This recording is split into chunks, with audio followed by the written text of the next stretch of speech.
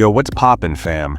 Today we're diving into the wildest Nokia concept you never saw coming, the transparent phone. Imagine scrolling through TikTok and suddenly your phone looks like a ghost. See right through it. That's right, Nokia's cooking up some next-level sorcery with this transparent chassis. No, it's not sci-fi, it's real tech juice. First off, shout out to Nokia for keeping it 100 with that crystal clear back. You can literally trace the circuitry. Poetic, right? It's like carrying a mini art installation in your pocket. But hold up, where's the wireless charging pad? And dude, still rocking that 3.5mm jack, bless.